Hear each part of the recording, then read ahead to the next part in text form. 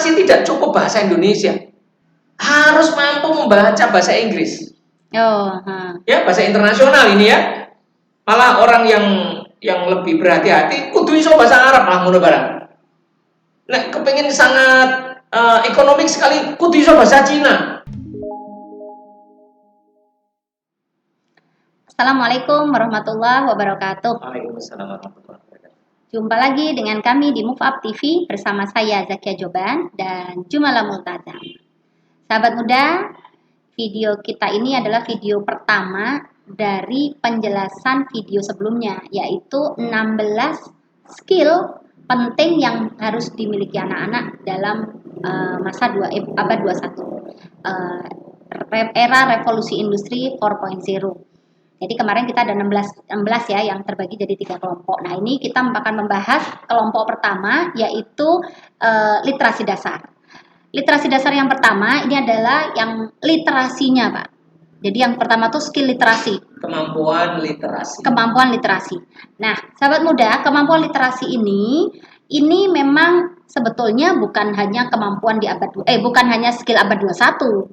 Dari zaman kita dulu juga perlu sekali kan skill literasi, gitu kan Pak? Nah, cuman mungkin ini tetap dianggap menjadi skill yang dibutuhkan di abad 21, tetapi mungkin lebih meluas gitu. Artinya literasinya menjadi lebih meluas. Nah, Pak Jumala, menurut Pak Jumala nih, skill literasi seperti apa yang dibutuhkan untuk anak-anak di abad 21 ini?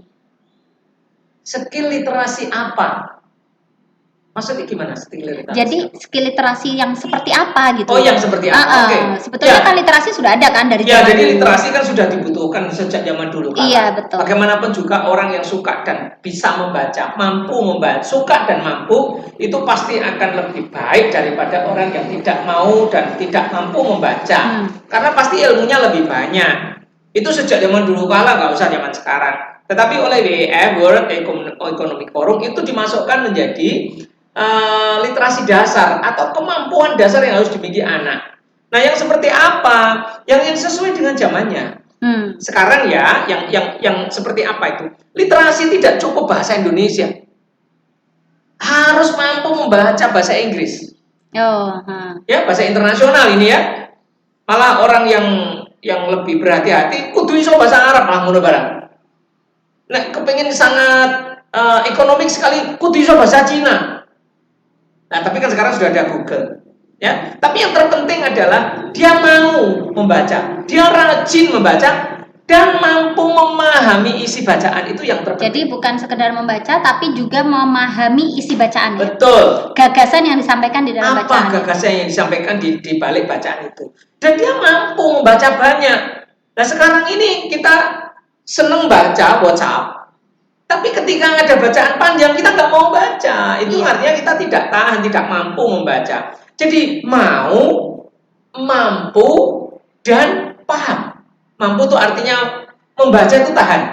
Dan kemudian memahami isinya. Dan tidak hanya bahasa Indonesia, tetapi juga bahasa internasional. Minimal bahasa Inggris lah.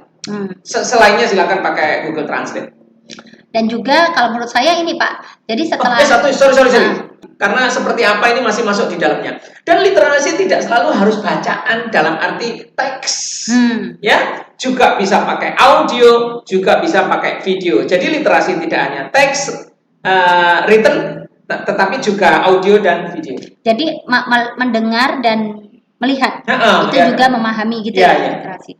Dan juga kalau saya nambahin tadi yang Pak Jumala sampaikan kan, mau membaca, mampu memahami gagasan. Yang ketiga, mampu untuk membaca lama. Ya, mampu membaca lama, tahan ya. Iya, tahan. Dan mampu memahami bacaan. Juga yang keempat, mampu mengaitkan antara yang dibaca itu dengan konteks saat ini atau dengan yang dibutuhkan gitu. Jadi mengait-ngaitkan informasi. Informasi A ini ada kaitannya dengan informasi B. Nah, itu kemampuan mengait-ngaitkan informasi ini juga penting sekali. Dari literasi. Iya, karena ini dibutuhkan kalau kita di zaman sekarang ya, informasi semakin deras.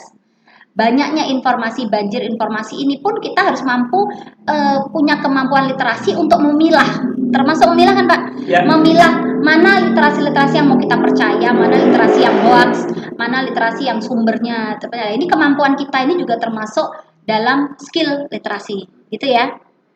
Terus apa lagi? Tambahan? Ada.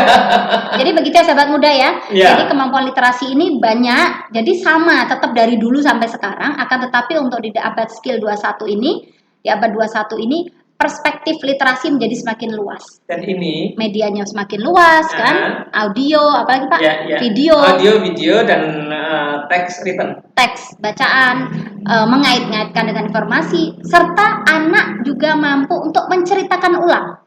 Jadi setelah dia membaca, dia memahami, lalu dia menceritakan ulang. Nah ini kemampuan anak untuk memberikan narasi kembali, ini juga termasuk dalam skill literasi. Kan? Saya ingin tambahkan sedikit ya. Literasi ini menjadi bagian penting yang diukur oleh keberhasilan pendidikan dunia. Ada salah satu lembaga pengukur pendidikan di dunia namanya PISA. Itu mengukur pendidikan anak-anak sampai batas usia SMA.